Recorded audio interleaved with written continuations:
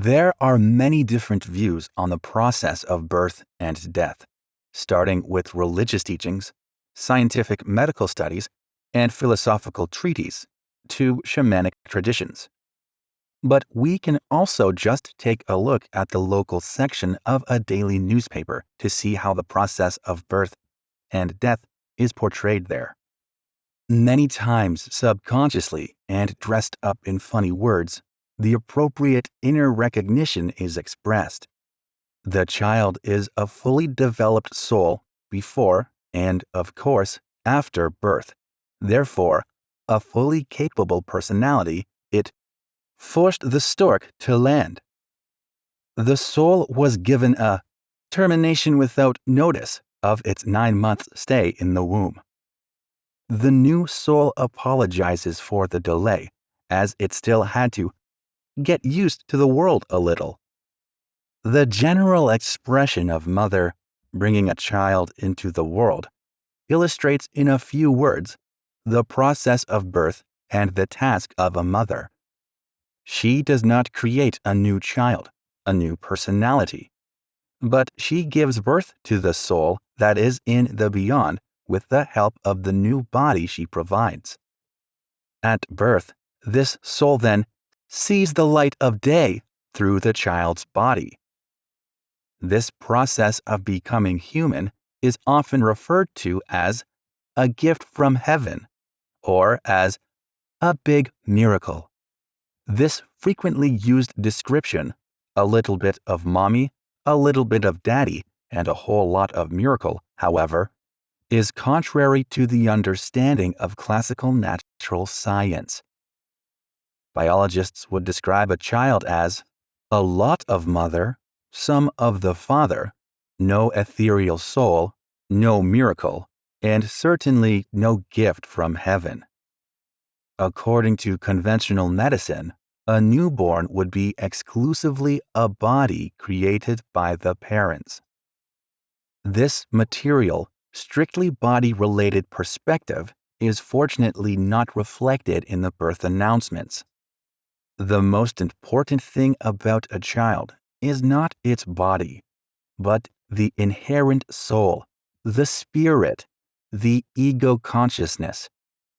This is also commonly referred to as a gift or miracle that invigorates the child's body provided by the parents. The statement of the majority of all birth announcements confirms my findings, which I would like to present in the following in a mentally spiritual and a physically material point of view.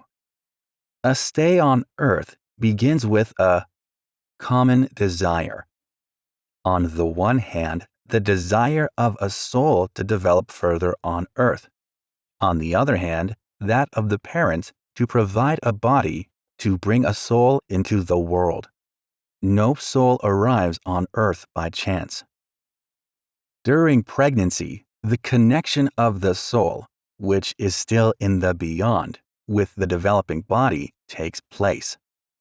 This is indicated by the first movements of the child in the womb and is the actual beginning of the soul's entry into this life on earth. This process could also be called the spiritual conception, the gift, or the miracle.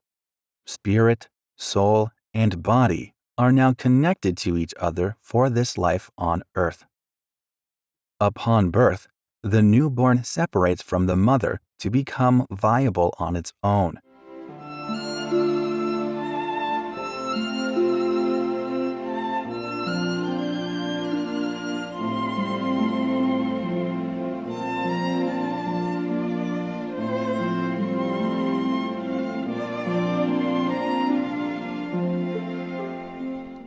Spiritually, the child is a complete personality in itself, apart from its physical body, which it needs as a tool for its activity on this gross material plane.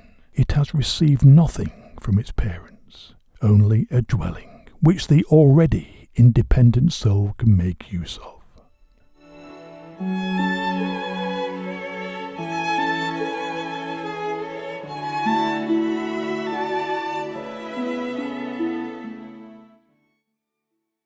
from early childhood on.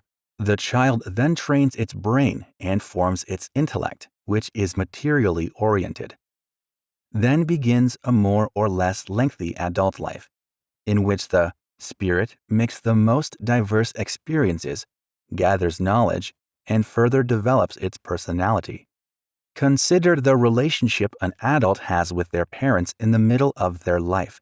Do they see their parents as the creators of their personality, of their consciousness?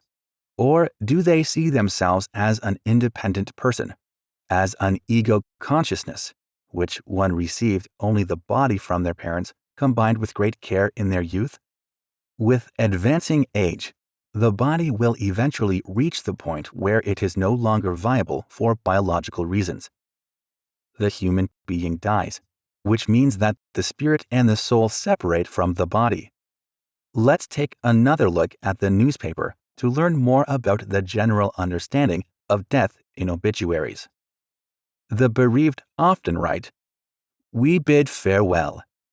Then the name of the deceased is mentioned. But what did they bid farewell to? The mortal remains in the coffin are often called a corpse, no longer referred to as the actual person. But farewell is said to the personality that animated this body until very recently. Therefore, the personality must still exist and has now left its body and crossed over. We do not say goodbye to someone who no longer exists. The conviction of the continuity of the soul after death is often expressed quite clearly and unmistakably. Remember, it is only the shell that passes away, the external cover, the house in which the soul once found a home. Now it floats upwards and watches over us.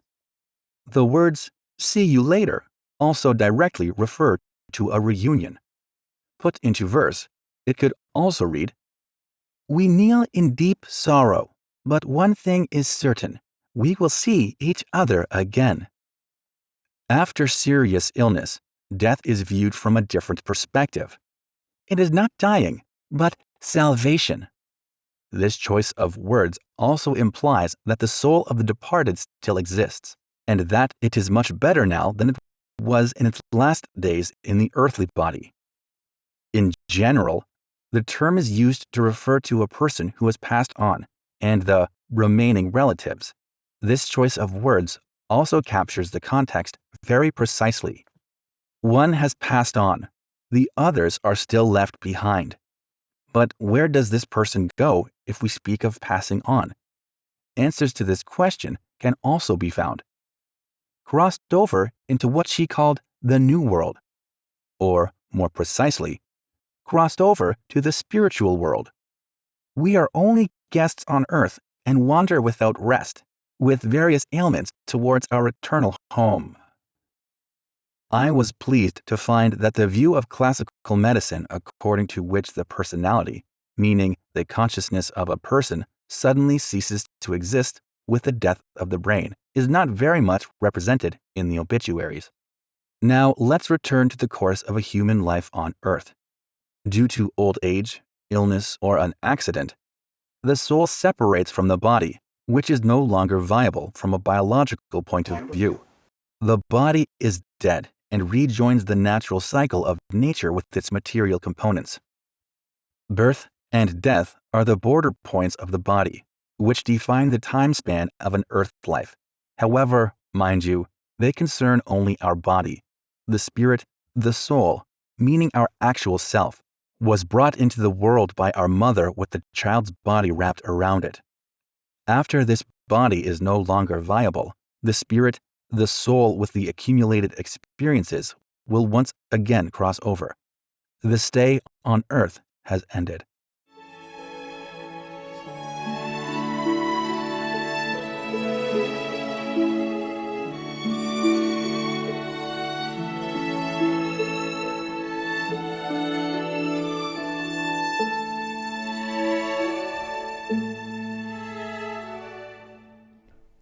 The process of dying in itself is nothing but birth into the ethereal world, similar to the process of birth into the gross material